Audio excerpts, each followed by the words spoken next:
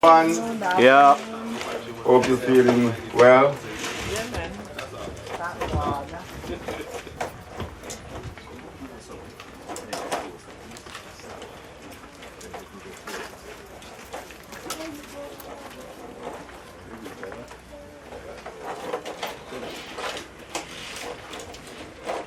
Yeah, good evening again once more. Good evening.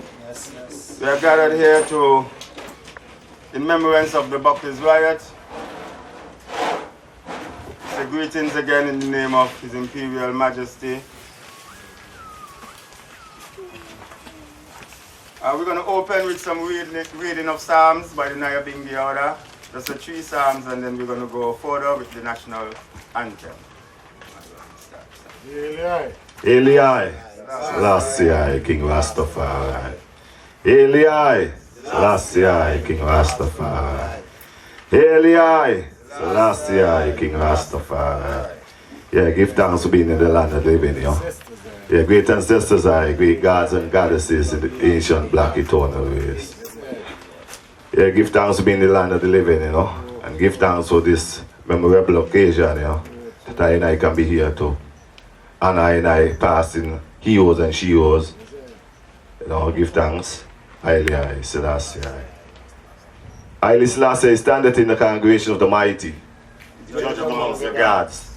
How long shall he judge unjustly and accept the portion of the wicked? Defend the poor and the fatherless, the justice and afflicted unto the needy. Deliver the poor and the needy, rid them out of the hand of the wicked. They know not, neither do they understand it. They walk on in darkness. All the foundation of the earth are out of course. I have said ye are gods, and all of you are children of the Most High. Hail Selassie, King Rastafari. He shall die like men and fall like one of the princesses. Arise, O Hail Selassie, King Rastafari. Judge the earth, for thou shalt inherit all nations. Hail Selassie, King Rastafari. Empress men and I, great ancestors I, great gods and goddesses, my ancient black eternal race. Hail Selassie, King Rastafari. Haile Selassie is I shepherd, I shall not want. He maketh I to lie down in green pastures. Leadeth I beside the still waters. Restoreth I life. Leadeth I in the path of righteousness for his name's sake. Yea, do I walk through the valley of wicked Babylon, I will fear no evil. For thou art with I, thy rod and thy staff, they comfort I. Thou preparest the table for I in the presence of I enemies. Thou anointest I head with oil, I chalice cup when it over. Surely goodness and mercy shall follow I all the days of I life, that I may dwell in the house of the living I. Hail Selassie, King Rastafari, for Ivan Iron. Hail Selassie, King Rastafari. Haile Selassie reigneth. Let the earth rejoice. Let the multitudes of isles be glad thereof. Clouds and darkness are round and about him. Righteousness and judgment are the habitation of his throne. A fire going before him and burned up his enemies round and about. His lightning lighten the world, the earth and tremble. The hill melt like wax at the presence of the Most High. Hail Selassie, King Rastafari. Haile Selassie of the whole earth. The heaven declares righteousness and all the people see his glory. Confounded be all they that serve graven images, that boast themselves of idols. Worship him all ye gods, I had heard and was glad, and all the daughters of Judah rejoiced because of thy righteous judgment. Haile Selassie higher above all the earth, Haile Selassie exalted from above all gods, like Allah, Jesus and Yahweh and Yahshua and Apollo. They that loveth Haile Selassie hated evil, preserved the life of his saints. Delivered them out of the hand of the wicked, lies is shown for the righteous, and gladness for the upright in heart. Rejoice in Haile Selassie, all the righteous, and give thanks at remembrance of his holiness. Hail Selassie, King Rastafari. Empress men and I, great ancestors I, great gods and goddesses, ancient black eternal ways. Give thanks and praise, you know. Haile Selassie, King Rastafari. It's 90. 90, man. Yeah, Haile Selassie. One more. Yeah, give thanks and praise, you know. Haile Selassie, King Rastafari. Yeah, make haste to deliver I. Make haste to help I. Let them be ashamed and be confounded that seek after I life. Let them be turned backward and put to confuse and desire I hurt. Let them be turned backward for we ward up the shade that say, aha, aha. Let all those that love thee rejoice and be glad in thee. Let us such as love thy salvation say itinerally. Let Haile Selassie be magnified. But I am poor and needy. Make haste unto I and I. For thou art I and I help and I deliver. Haile Selassie, King Rastafari. Make no tarry. Haile Selassie, King Rastafari. Empress Men I. Great ancestors I.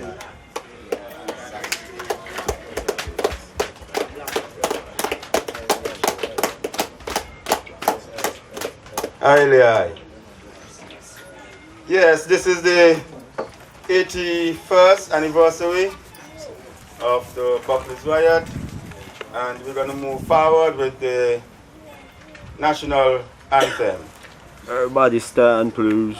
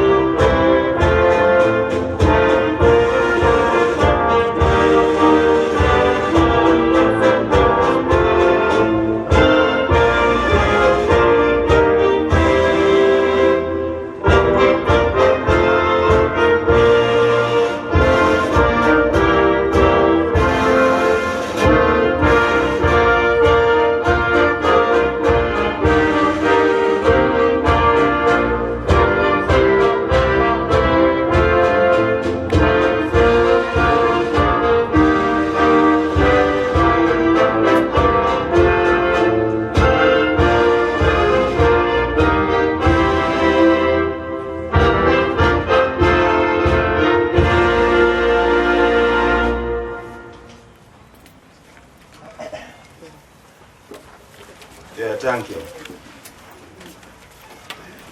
Yeah, since it's getting late, we're going to call the presenters now, and the first one we're going to call on Mr. Jonel Powell to come and make his presentation.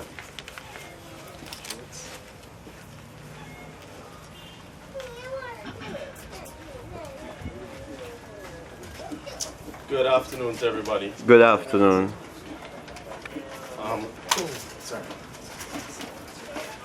I am actually here in place of the Honorable Deputy Prime Minister and Minister of Education, Sports and Culture, the Honorable Sean Richards, who has asked me to apologize for his absence.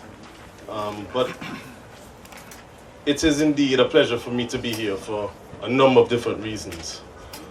One, as an avid student of the history of our country, St. Kitts and Nevis, a student of politics, a student of any ideology which looks to bring up people, to improve the lives of people, to make things better for the ordinary man.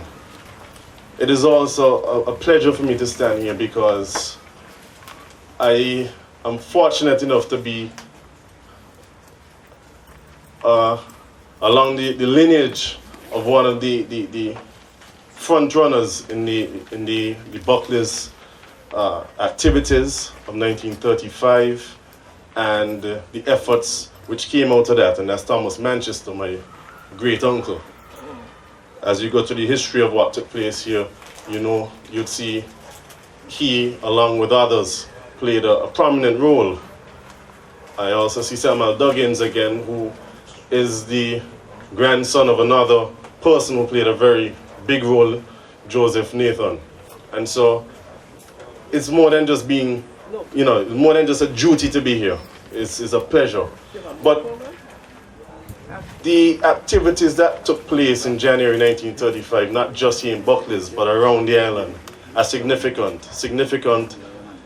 for the lives of thousands of workers here in St. Kitts and Nevis at that point in time, but also for generations to come in the 81 years that followed. You had many organizations which came out of that, the Trades and Labor Union, labor unions on a whole, which all aim to improve not just the lives but the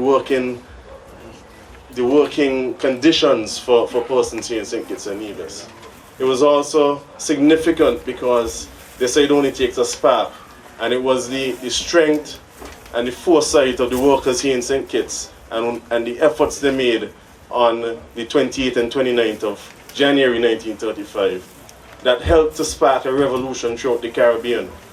Because of the efforts of the people here in Buckley, in St. Kitts, they inspired persons in Jamaica, Barbados, Belize to get up and fight for their rights, to ask and demand higher wages, better working conditions. It sparked the trade union revolution in the Caribbean, and I think that is something that we should all, as Kittitians and Divisions, be proud of. We must be proud of our heritage, must be proud of our ancestors, and the blood and the sweat and the tears that were shed, not just for them, but for us, some 81 years later. And so, it is good to see those of you who are here. I encourage us to go out and talk to people and get more people to come next year, because this is a very important part of our history. It's a bit sad to see how the Buckley's yard is looking right now, because it represents so much for us as a people, so much for us as a nation, so much for the efforts and the strength that it takes for people to demand what is in their right, to demand what is in their best interest. And so I hope that coming out of this, we can have or inspire some sort of movement to try and save what is still left here in the Buckley's yard, to save the history, the heritage that is here, and not just here but in other sites of his historical importance around the island. So I say, I compliment the organizers of this ceremony. Yeah. I think it's important that somebody, makes the effort to remind us of what happened here in Buckley, how important it was, and to remind us that it is that same mentality that we must as a people continue to have. We must not allow anybody, regardless of who it is, whether it's a businessman, a politician, anybody else, to keep us down. We must demand our rights, we must demand what is fair to us, what is just for us. And I think that this ceremony, and remembering what happened here in Buckley in January 1935, should really stay in the memories of all of us and be passed on from generation to generation to ensure that we remain a strong people. With those few words, thank you for having me. This black man, this black soul. Yeah, thank you, Mr. General Powell. And he started off very well. And we would like to call our second presenter, which would be Mr. Congress Maynard. Ready? He's around? You ready? This black man. Yeah, he's here. He's here. Oh, This sorry, black soul. sorry. You ready? Sorry. This black heart. The Honorable. Mr. Congress Maynard. That's okay, man. That's okay. Good. Okay. Pleasant good afternoon to everybody. I am still Congress. That will never change, so I don't mind that. I want to recognize the presence of the Ambassador to the United Nations, Mr. Sam Terence Condor. I see the Ambassador for Youth, I think it is, Mr. Jonel Powell, the members of the Rastafari Naibingi Theocracy Order. Yeah. Notably missing this year is Rastabo, and we want to take this opportunity to thank him for the many years he had put behind this particular event. For real, man.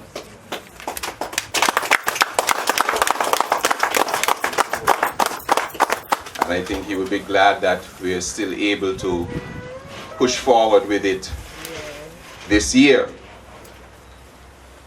I also recognize Mr. Big Lice. He would have to tell me the correct name afterwards. Duncan Watley. No, he's here in another capacity too. But we're going to talk about it after. Now, this is a very historical site, as you know. Many years ago, back in 1935, you had some workers in the sugar industry in the fields who decided that it was time to take a stand. And it is out of that stand that our democracy effectively was born here in St. Kitts and Nevis. And it spread throughout the Caribbean. St. Kitts and Nevis is known for a number of firsts, and this was absolutely something that spurred a number of activities, similar rebellions and revolts, or uprisings as we call it, throughout the Caribbean.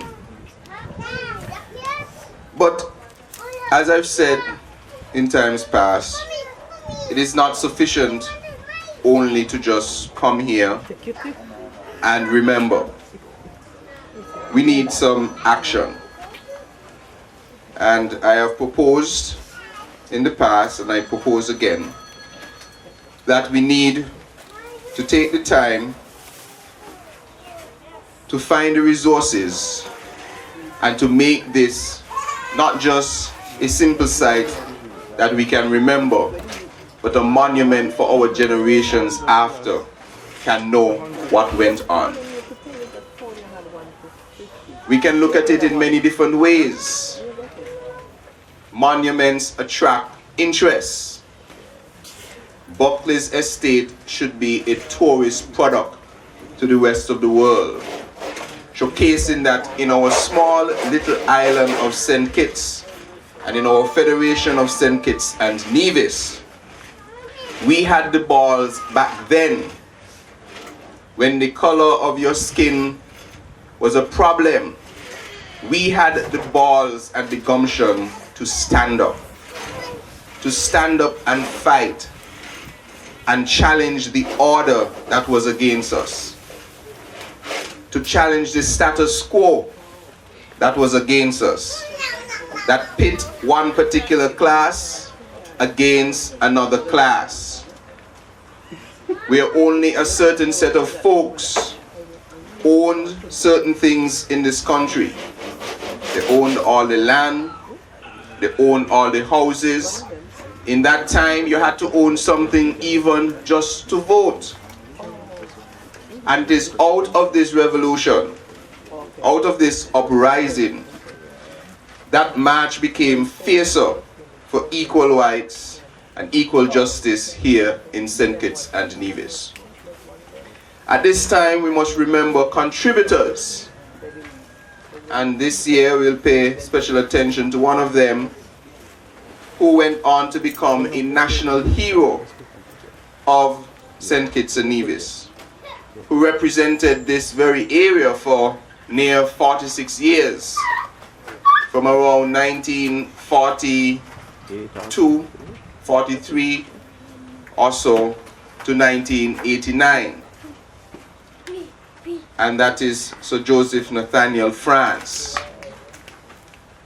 At that time, though, he was instrumental in perhaps not making it a bigger revolt, because he was pushing for calm. He was pushing to stand up, yes, but he provided through the union an avenue through which some dialogue can be had to make a difference in this area. And so I want you to take this opportunity now to put your hands together for the contribution of all the men, like himself, who made it possible for us to have that uprising back in 1935. And so I'm going to make a call again, as I did when I presented to Parliament in December, as I did last year and the year before, We need to get our groups together, the historical groups, the archive groups, and the government and the opposition to come together and make this a site for the ages. In a few years, we must be able to advertise tours in North America, in Europe, to visit the site where democracy was started, basically in the Caribbean. We have a lot to be proud of. Many have shed blood and tears for us to have the freedoms that we have today. And sometimes it is easy to take it for granted. Sometimes it is easy to take for granted that we can now aspire to be whatever we want to be. Whether it is Prime Minister, a bank teller, a doctor, a lawyer, a businessman. As black people, because of the sacrifices of those before us, we can aspire to be anything that we want to be. So I want to thank the organizers again for ensuring that this event continues, even in the absence of our brother, Ras Dabo, who I know has been extremely influential and instrumental in making this a reality. And so I want to ask everyone here to put your hands together for the organizers and those who went out of their way to ensure that this happened. With those few words, I want you to join with me in seeking the support of all the stakeholders to make this a reality. Make this site holy as it ought to be, because it signals and it symbols part of the freedom fight that we had here in St. Kitts and Nevis, although there is much way still to go. With those few words, thank you very much. Thank you for coming, and do enjoy the rest of the proceedings. Thank you. Thank you. This black man, this black soul, this black heart. Yeah! To me black. Yes, thank you again very much, Mr. Congress Maynard, our honorable.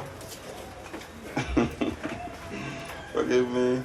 And our third speaker would be Mr. Duncan Watley.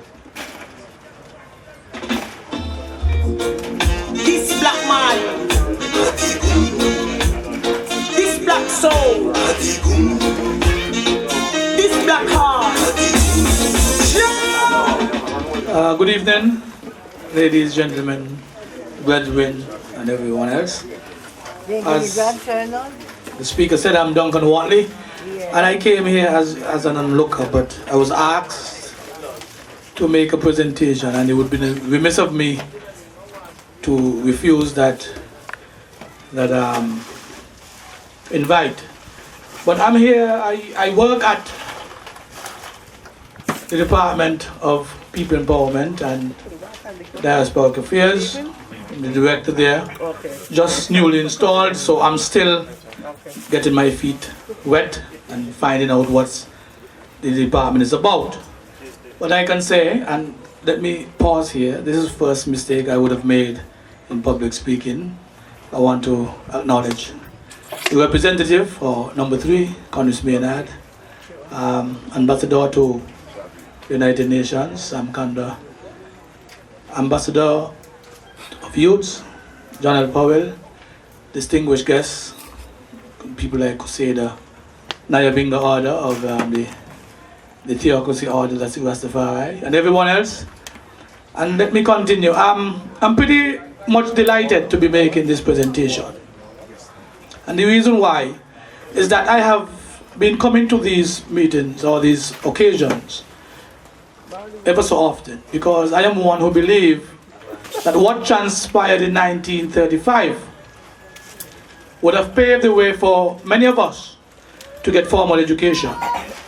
And as a lecturer for years at the CFBC College, this is one of the high points of my teachings, where I express and I tell my students how fortunate and lucky they are to be sitting in the halls of that college to get an education because of incidents like this one we are commemorating today, where people fought for the right to have an education. And so this means a lot to me as a lecturer, teacher for years. But as I said earlier, as the director of People Empowerment, I want to promise, and I heard the call from the representative, that I will do all in my power. And I had a conversation with a prominent son of the soil in the village area just today about this area. And I must say my heart bleeds when I see what is happening here, and I don't know what is happening, I just see some excavation. Sure. But the talk we had was that we want to push to preserve this area.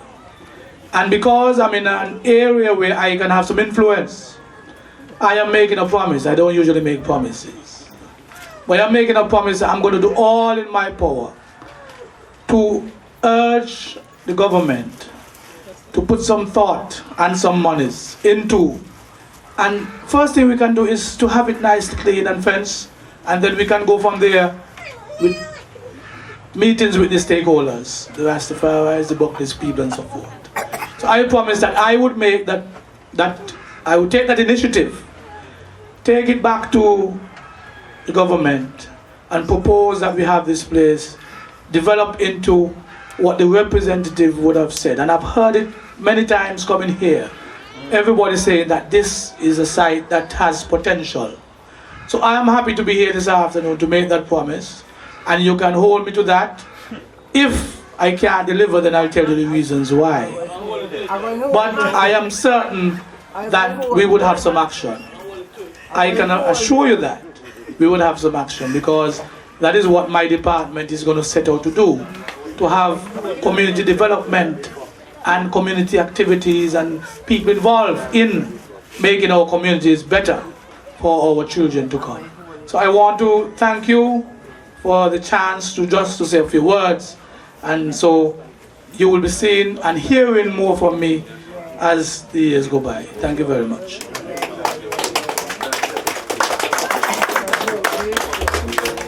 This black man, this black soul. Yes. Thank you, Mr. Big Lice, I can say like that. Okay. And I am a man of few words, so I'm gonna move on again forward, and we're gonna welcome Mr. Pension to the mic to make his presentation.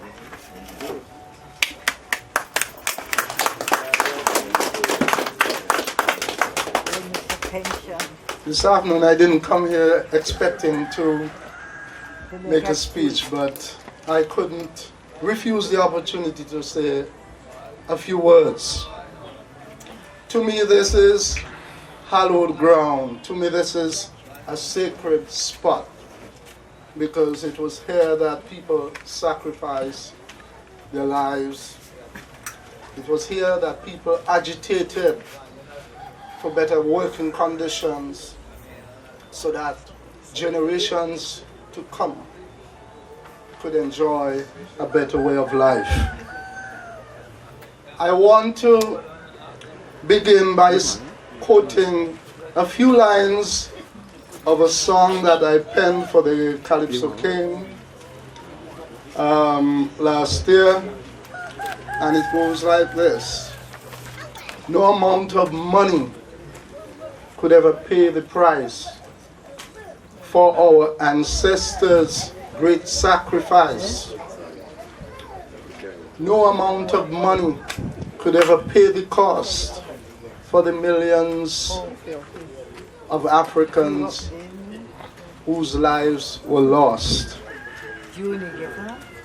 And we can say, I think the Honorable Congressman had spoke to the issue of sacrifice, and everybody, it's sacrifice, but we can't ever say enough about sacrifice, because we take sacrifice sometimes for granted. Yeah.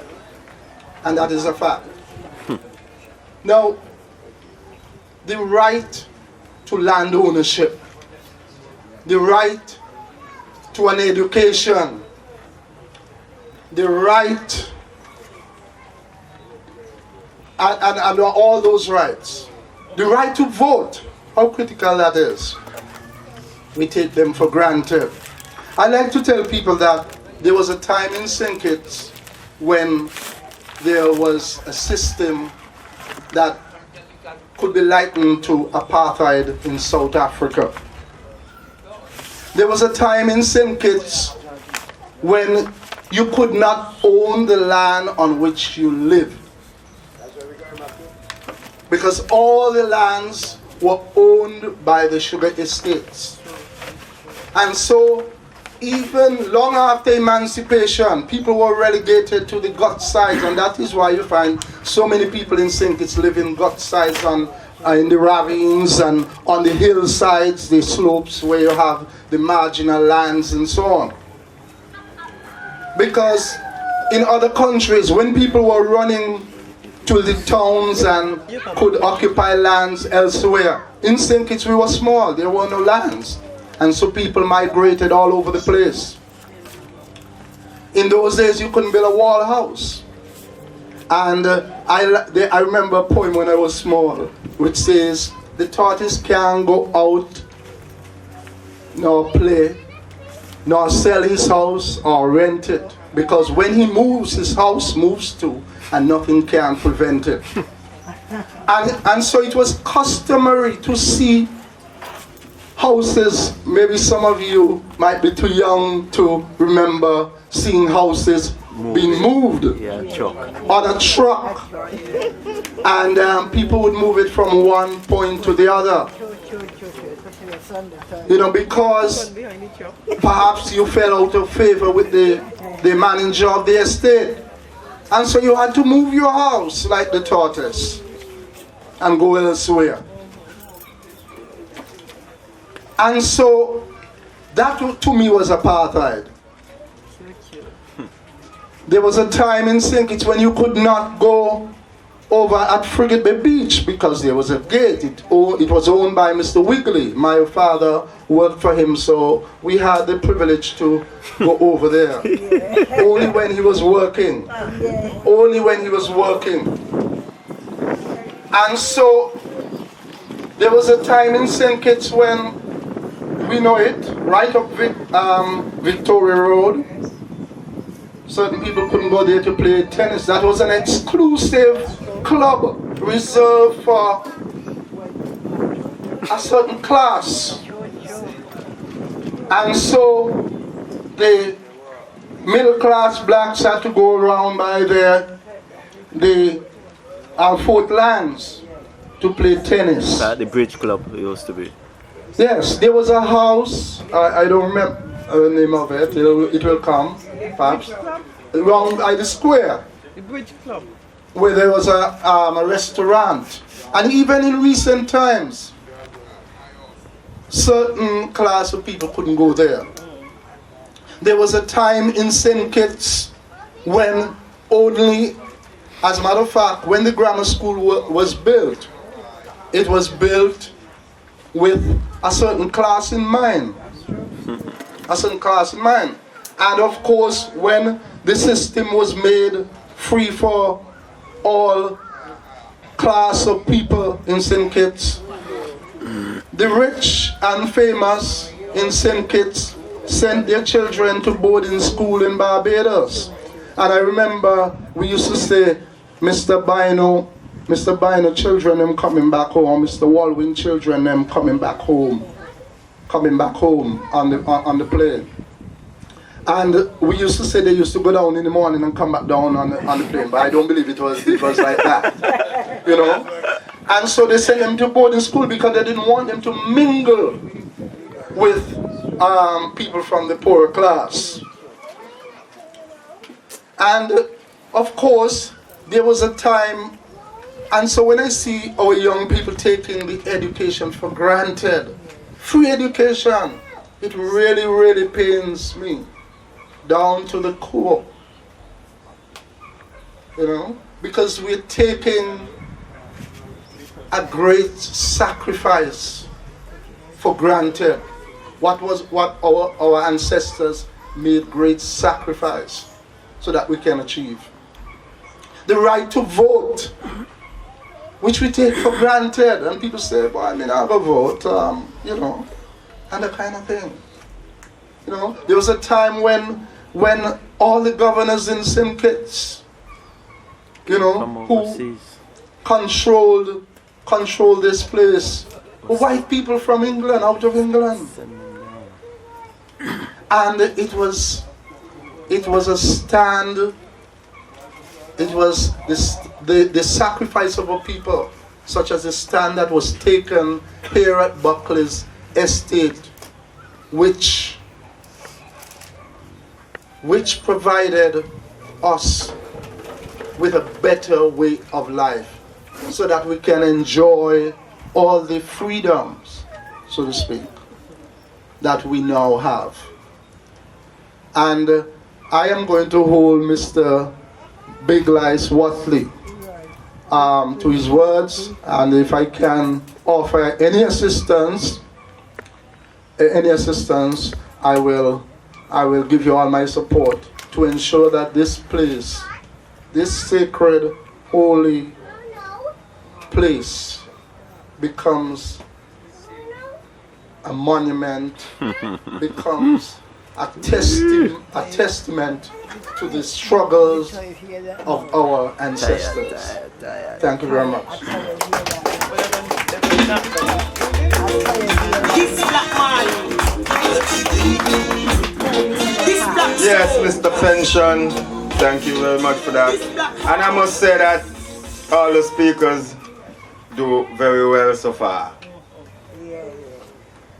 Our next presenter would be